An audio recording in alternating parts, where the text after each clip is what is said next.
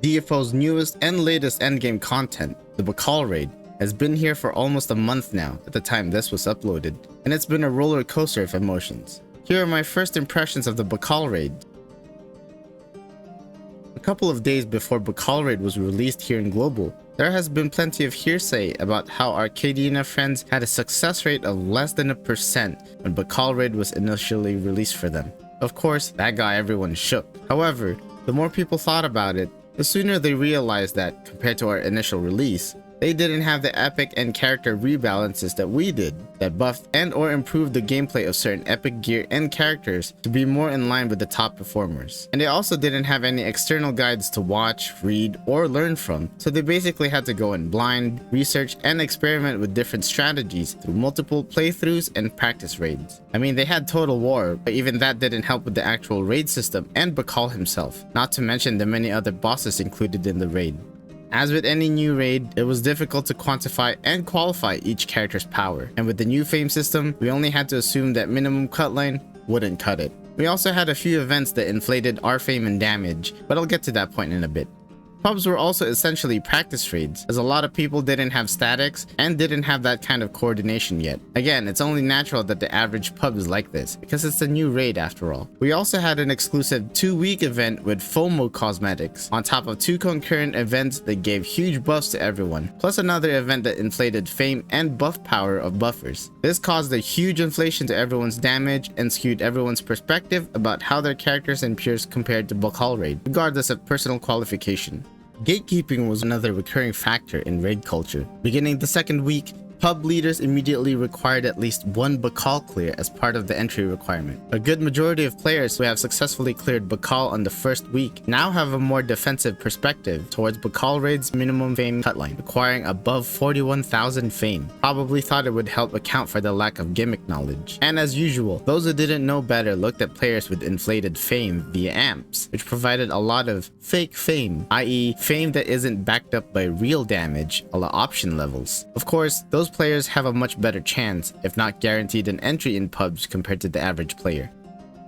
Now what about the actual raid itself? What are my first impressions about the apostle that would hone the chosen blade of Arid? I'll start off with one of the more obvious ones. Group-wide coordination is extremely important. Like it was a make or break, split decision making, make the correct choice or fail important. Compared to the other raids at initial release, Bakal will severely punish you for lack of coordination and miscommunication. Ozma and Sirocco raids were salvageable in the least due to stronger parties being able to pick up the slack of others. In Bakal, parties were spread out, attending to time-sensitive windows in between fighting major bosses and acquiring raid buffs. And that goes without saying that failing to kill certain bosses or dragons would not only mean that time was wasted, but it would also speed up the raid into failure. Gameplay-wise, Bakal raid is similar to Fiend War in terms of defense and pathway. There would be large invaders that slowly move towards the base, spawning from other mini-bosses scattered throughout the map. However, what makes Bakal raid unique is its connected rooms feature, where the whole raid is technically one dungeon. This means the buffs are retained while moving from location to location and are not lost unless your character dies or steps out of the dungeon. All parties within a raid group do roughly the same amount of work duration wise. One party defends the base from invaders while the others are preoccupied with other bosses and would cycle tasks according to each party's statuses. Without the use of external guides, Total War,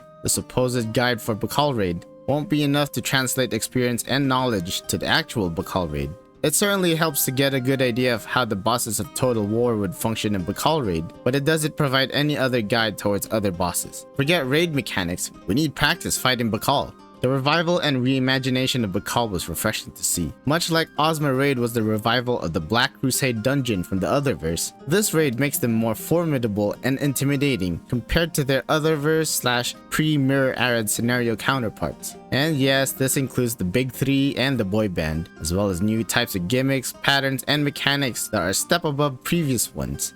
They're just chef's kiss. Some of the gimmicks I enjoy the concept of include Petralisk's major gimmick, Eclair's Orb Tornado, and Blowness Cocoons matching and reverse matching. And of course, we can't forget Bakal's plethora of gimmicks. The icon matching in Phase 2 is my favorite Bakal gimmick. Now what would a raid be without lag?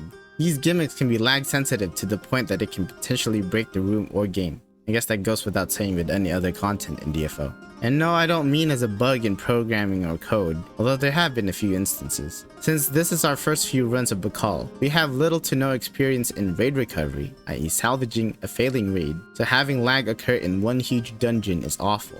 Not to mention possibly leaving and re-entering the room, which would waste a lot more time and speed up the raid boom.